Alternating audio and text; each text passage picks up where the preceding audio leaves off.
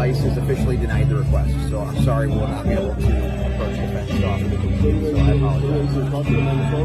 What's that?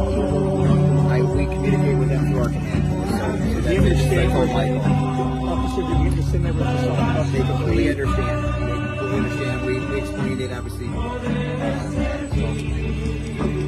That is their determination. We have no control over who they allow to offer, to approach the fence or not. But in this case, they have denied that request.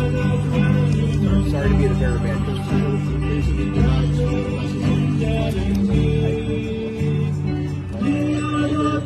don't have any ministers inside the facility From the state of emergency is in America, not Chicago, and is birthed from this president and his administration.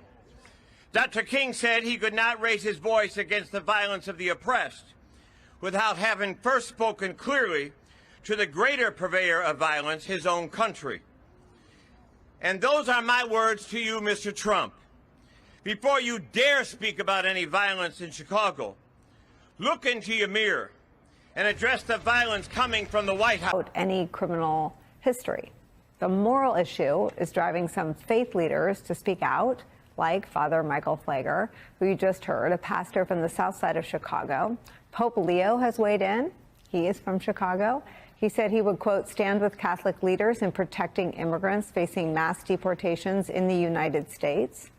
That is according to a group of American Catholic leaders and advocacy groups he met with at the Vatican Wednesday.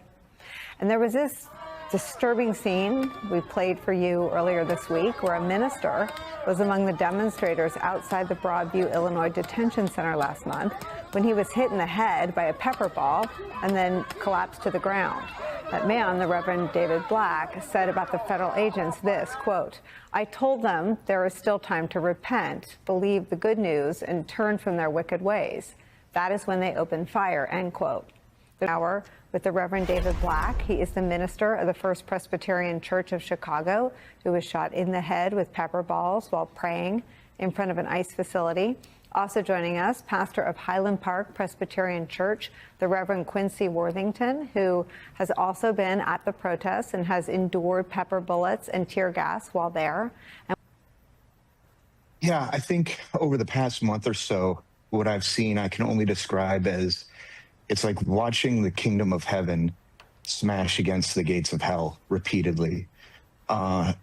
Thinking about your question, I'm always brought back to the quotation from A.J. Musk that there is no way to peace, the way is peace. And what I've witnessed among the group of protesters that I kind of view myself as a chaplain to at this point is people peacefully protesting, practicing their First Amendment rights, fighting for their neighbors as best they can, to be met with such brutality. And instead of responding with hatred or violence of their own, what I witnessed is seeing them fall back, care for one another, flush the pepper spray out of each other's eyes, make sure everyone's okay, and then rally to go back up front to, again, voice their love for their neighbor and the protection of all people in this country. And it's been one of the most horrifying and most beautiful things I have ever seen. When I recorded them doing that, I looked down, I panned down to the ground, and then that's when I saw the pastor and some people on the ground as well. And so there was nothing that was provoking it. He wasn't doing anything that was being seen as anything threatening.